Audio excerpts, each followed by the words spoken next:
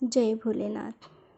आज का हमारा विषय है स्वर्ग और नर्क पे। आज समझने की कोशिश करेंगे कि स्वर्ग और नर्क वास्तव में क्या है। ऐसा कहा जाता है कि जो मर गया वो आके बता नहीं सकता और जो मरा नहीं उसे पता क्या। तो फिर स्वर्ग और नर्क की बात कही किसने? चलिए आज समझते हैं। एक्चुअली यदि हम समझें तो हमारे ऋषि मुनि काफ़ी ज्ञानी हुआ करते थे और उन्होंने चीज़ों को समझाने के लिए प्रतीक रूप में चीज़ों को बताई थी। शब्दों को प्रतीक रूप में बता के समझाने की कोशिश की थी कि जीवन को एक मार्ग दीजिए, क्या करना चाहिए, क्या नहीं करना चाहिए, क्या गलत है, क्या सही है। ये सब समझाने का उनका एक तरीका था और बहुत ही दिव्य दृष्टिकोण उन लोगों का था जो उन्होंने इस तरह की गणनाएँ की, बातें बताई। आज हमें काल्पनिक लगती हैं क्योंकि हम उस गहराई को नहीं समझ पाते जो वो हमसे कहते हैं। एक एक बात को समझने की कोशिश करेंगे कि क्या उन्होंने कल्पनाएँ की थी और वास्तव में वो होती हैं या नहीं। डरिए मत, स्वर्ग और नर्क में हम आपको ले जा रहे हैं, पर इसी जीवन में हर चीज़ को आप देख पाएंगे, समझ पाएंगे कि स्वर्ग और नर्क कहीं और नहीं बल्कि हमारे सामने होते हैं। हम समझ नहीं पाते। एक एक चीज़ को अपन विस्तार से समझेंगे। सबसे पहले हम बात करते हैं नर्क की और नर्क में जो यातनाएं दी जाती हैं उन यातनाओं की। आपने सुना होगा कि नर्क की यातनाओं में कहा जाता है कि एक बहुत बड़ा कड़ाहा होता है जिसमें आपको तला जाता है। कहीं कहीं कर्म यदि बहुत गंदे होते हैं, गलत होते हैं, तो आपको आग की भट्टी में भूना जाता है। इतना ही नहीं, आपको तरह तरह की यातनाएं दी जाती हैं जिस पे आपकी आत्मा एकदम खोल उठे, तकलीफ़ हो आपको। अब इन सब बातों को हम वास्तविक जीवन में देखें तो आप देखेंगे कि जो लोग भी मांसाहार करते हैं, आपने यदि उन्हें देखा होगा तो मांसाहार में जो प्राणी को लाया जाता है उससे कई बार कढ़ाई में तलते हुए आपने देखा होगा, मछली आदि को तला जाता है। ये वही कल्पना है जिसके बारे में हम कहते हैं कि कड़ाहों में आपको तला जाएगा। आप मछली तल रहे हैं, मुर्गा जो भी है, आप उन्हें तल रहे हैं, तो क्या वो वही सज़ा नहीं है जिसकी कल्पना की गई थी? आगे कहा जाता है कि आग की भट्टी में आपको भूना जाता है। तो आप देखेंगे मांसाहार बनाने वाले मुर्गी को या दूसरे और जो भी वो खाते हैं उन चीज़ों को भूना जाता है ना, आग की भट्टी में भूनते हैं और बनाते हैं। इतना ही नहीं, नमक मिर्ची आदि डाल के उन तरह तरह की यातनाएं भी दी जाती हैं। तो कहीं ना कहीं ये वही कल्पना है जिसके बारे में हमें बताया गया था, पर हम उसे अपने आप में देखते हैं तो हम समझ नहीं पाते। वास्तव में स्वर्ग और नर्क कहीं और नहीं है, यही है इसी दुनिया में। पर एक योनि प्राप्त होती है हमें। यदि हम आज इंसान हैं और कल को यदि हम मुर्गा मुर्गी या मछली बनते हैं तो हम उस योनि को प्राप्त करते हैं जहाँ इंसान हमें इस तरह से हमारे साथ कर्म करते। यदि आपने बुरे कर्म किए हैं और ये कहा जाता है कि आपको नर्क में जलना है, तलना है, भुनना है, तो समझिए कि आपको ऐसे जीवों का जीवन मिलता है जिसे आप तलते हैं, भूनते हैं और इस तरह से फिर पका के खा भी लेते। अच्छा, यहाँ बात ये भी समझने की है कि जब इंसान मरता है तो कहा जाता है कि 13 दिन तक की आत्मा यहीं होती है, ये सब चीज़ें। पर जब आप किसी जीव की हत्या करते हैं तो आधा एक घंटे बाद ही वो आपकी प्लेट में आ जाता है। तब क्या वो आत्मा जो मुर्गा मुर्गी या किसी भी रूप में है तो वो क्या उसे देख नहीं रही? क्या उसे तड़प नहीं हो रही? क्या तकलीफ़ नहीं होती? तो कहीं ना कहीं यातनाएं तो है और इस तरह की योनि हमें प्राप्त हुई, मतलब हम नरक का भोग भोग रहे हैं। अच्छा, इससे ज़्यादा भी नर्क में कल्पनाएं की गई हैं कि आप बहुत गंदे मल युक्त, गंदगी युक्त किसी कुंड में हैं या इस टाइप की जो कल्पनाएं की हैं, तो आप देखेंगे कि बहुत सारे ऐसे जीव, ऐसी योनियां हैं जो गंदगी में ही पनपती हैं, चाहे वो कीड़े मकोड़े हों, चाहे वो गंदे नालियों में पड़ने वाली कीड़े मकोड़े हों, जो भी हैं, कीट पतंगे आप बोल सकते हैं, बैक्टीरिया बोल सकते हैं, तो वास्तव में ये एक योनि है और वो प्राप्ति ही उन्हें उनके कर्मों के आधार पर हुई है, यदि उन्होंने गलत किया है तो। और इन्हीं की कल्पनाएं हमें शास्त्रों में बताई गई है कि इस तरह का जीवन होता है। तो नर्क कहीं और नहीं है, बल्कि इस जीवन के बाद आपके कर्मों के अनुसार जो आपको अगली योनि मिलती है वो किस तरह की होगी, ये क्लियर होता है आपके नर्क और स्वर्ग की परिभाषा में।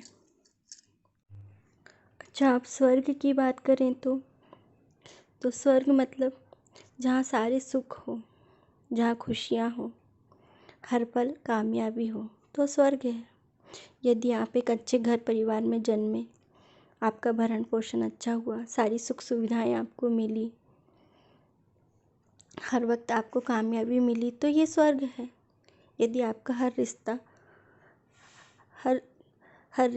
हर चीज़ आपको अच्छी मिली, तो स्वर्ग है।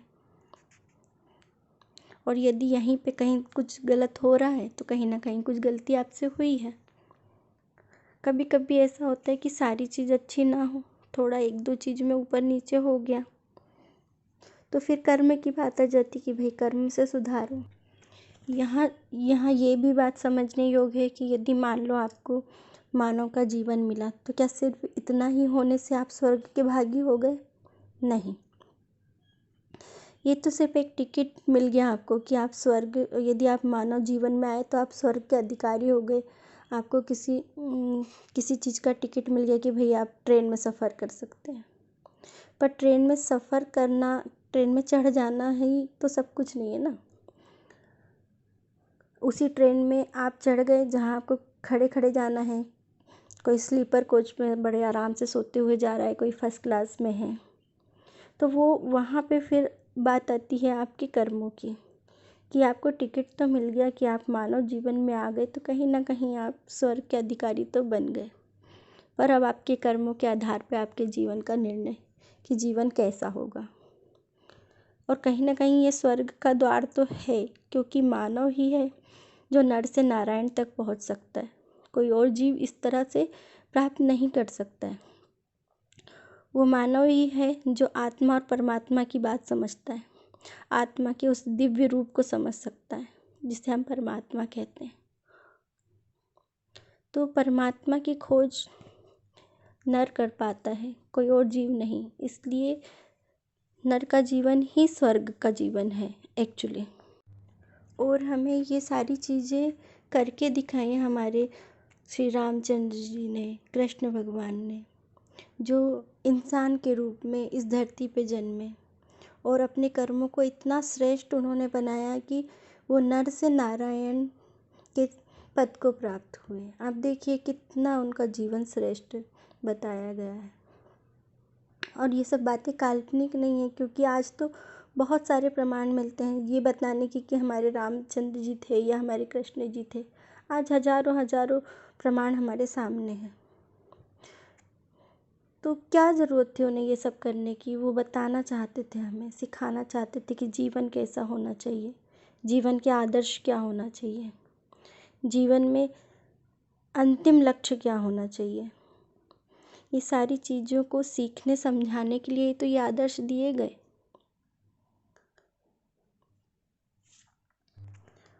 अच्छा, स्वर्ग और नरक की बात करते हैं तो एक बात और सामने आती है कि मृत्यु के बाद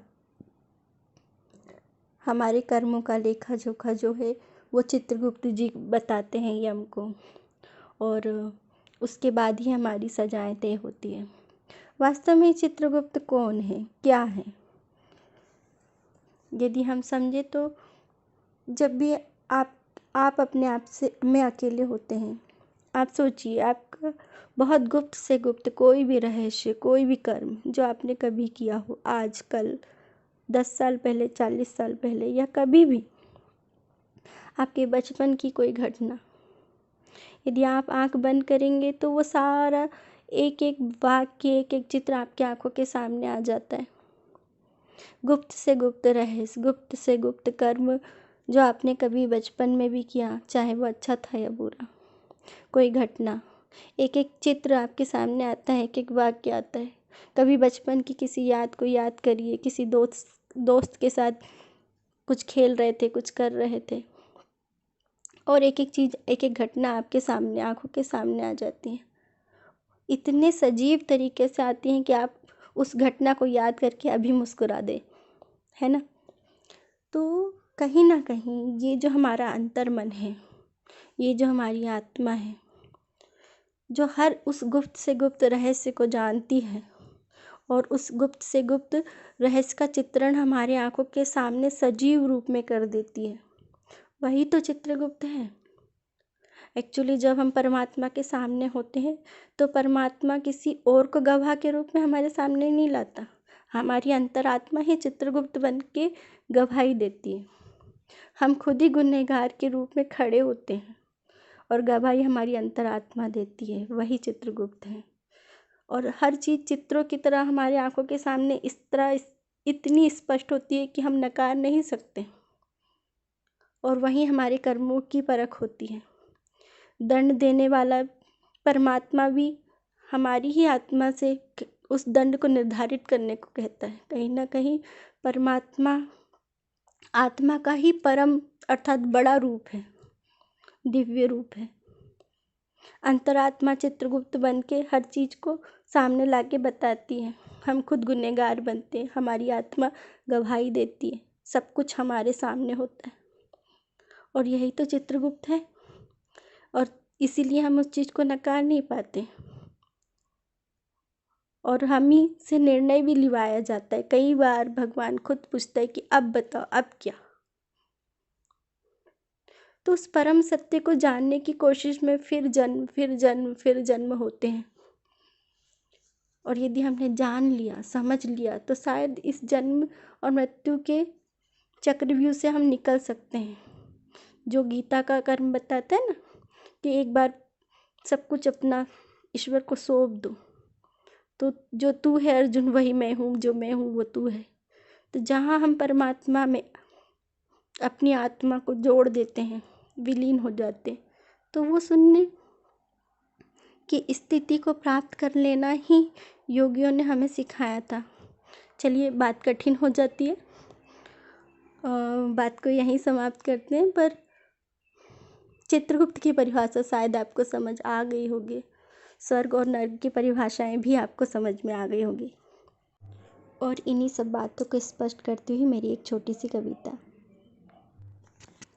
स्वर्ग नर्क का खेल, कर्मों का कर्ता से मेल, दया धर्म दान ब्रह्म का स्वरूप, गुप्त से गुप्त कर्म का चित्रण करा दे वो चित्रगुप्त, महासार में जो तले प्राणी को तो यम का दूत, जीवन दे सको किसी को तो ब्रह्म स्वरूप, जीवन को जान सको तो योगी, ना जान सको तो भोगी, स्वर्ग नर्क का खेल, कर्मों का कर्ता से मेल। जय भोलेनाथ, जय बाबा।